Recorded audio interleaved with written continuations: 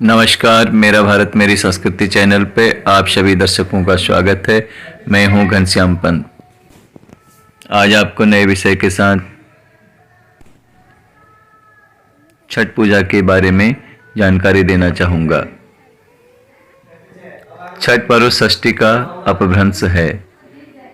कार्तिक मास की अमावस्या को दिवाली मनाने के 6 दिन के बाद कार्तिक शुक्ल पक्ष को मनाए जाने के कारण इसे छठ कहा जाता है। यह 4 दिन का त्यौहार है और इसमें साफ सफाई का विशेष रूप से ध्यान दिया जाता है। जो भी प्रसाद बनाया जाता है उसको बनाते समय सफाई का विशेष रूप से ध्यान दिया जाता है। त्यौहार में कोई भी गलती न हो, इस व्रत को करने के बहुत सारे नियम हैं जो कठिन हैं।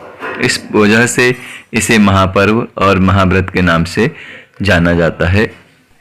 मान्यता है कि छठ पूजा के समय भगवान सूर्यदेव की और उनके बहन की पूजा होती है। छठ मैया कात्यायनी देवी के नाम से भी जानी जाती हैं। नवरात्र में जो छठी नवरात्रि को माता कात्यायनी की जो पूजा की जाती है वही छठी मैया के रूप में जानी जाती हैं। जीवन के महत्वपूर्ण अवसरों में सूर्य व जल की महत्ता को माना गया है और इसीलिए भगवान सूर्य की आराधना तथा उनका धन्यवाद करते हुए गंगा, यमुना या पवित्र नदियों के घाट पर या किसी तालाब के किनारे यह पूजा संपन्न की जाती है।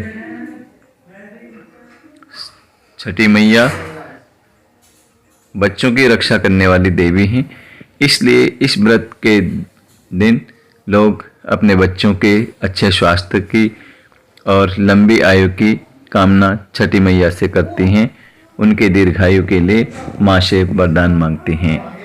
जिन लोगों की संतान नहीं होती है वो संतान छठी मैया की पूजा अर्चना करके माँ से संतान की कामना करती हैं तथा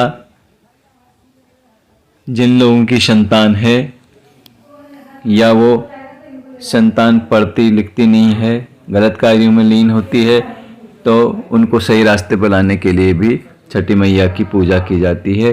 भगवान सूर्यदेव की आराधना की जाती है।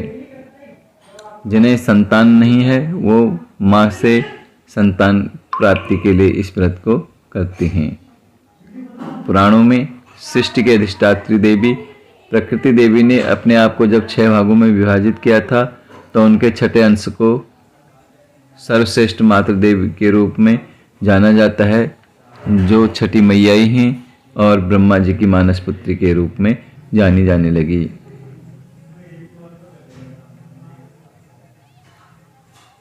पुराणों में ही इन्हें कात्यायनी के नाम से जाना भी जाता है। कथा के अनुसार प्रियव्रत नाम के एक राजा थे। उनकी पत्नी का नाम मालिनी था। दोनों की कोई संतान नहीं थी। दोनों दुखी रहते थे। उन्होंने एक दिन संतान प्राप्ति की इच्छा से महर्षि कश्यप द्वारा पुत्रेष्टि यज्ञ करवाया। इस यज्ञ के फलस्वरूप रानी गर्भवती हुई और 9 महीने के बाद उसने एक सुंदर कन्या को जन्म दिया, सुंदर पुत्र को जन्म दिया। इस बात का पता चलने पर राजा को बहुत दुख हुआ। दुख इसलिए हुआ कि वह पुत्र मरा हुआ जन्म लिया। संतान शोक में वह राजा आत्महत्या का मन बना लिया, लेकिन जैसे ही राजा ने आत्महत्या करने की कोशिश की, उनके सामने एक देवी प्रकट हुई और देवी ने राजा से कहा कि मैं षष्ठी देवी हूँ, मैं लोगों को पुत्र का सौभाग्य प्रदान करती हूँ। इसके अलावा जो सच्चे भाव से मेरी पूजा करता है, मैं सभी प्रकार के मनोरथों को भी पूर्ण कर देती हूँ। यदि तुम मेरी पूजा करोगे तो मैं तुम्हें पुत्र रत्न प्रदान करूँगी। देवी माँ की बातों से प्रभावित होकर राजा ने उनका आज्ञा का पालन किया। राजा और रानी दोनों ने कार्तिक मास के शुक्ल पक्ष की षष्ठी तिथि के दिन माता कात्यायनी देवी की विधिवत पूजा की। इस पूजा के फलस्वरूप उन्हें एक सुंदर पुत्र की प्राप्ति हुई। तभी से छठी मैया का यह पावन पर्व मनाया जाने लगा। इस कथा के अनुसार ही जब पांडव अपना सारा राजपाट जुए में हार गए तब द्रौपदी ने छठ व्रत किया था। इस व्रत के प्रभाव से उनकी मनोकामना पूर्ण हुई और पांडवों को उनका राजपाट वापस भी प्राप्त हुआ था। बहुत सारी किंवदंतियां हैं, लेकिन सभी का एक ही कहना है कि इस पर्व को मनाने वालों की छठी मैया और भगवान सूर्यदेव मनोरथ को पूर्ण करते हैं। यह व्रत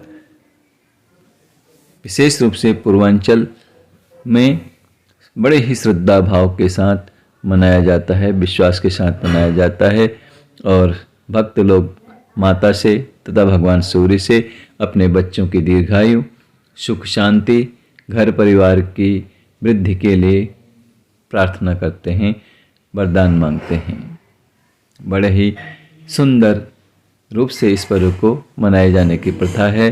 बाजार से हर तरह का प्रसाद ला करके माँ को और सूर्यदेव को चढ़ाया जाता है।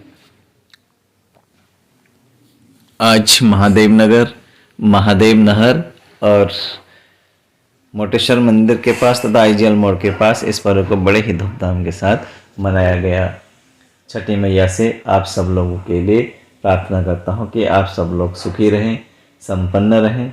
इन्हीं कामना के साथ आज के लिए इतना ही। नमस्कार, धन्यवाद। आप खुश रहें, सुखी रहें, स्वस्थ रहें और मस्त रहें। इस चैनल को देखते रहें। धन्यवाद।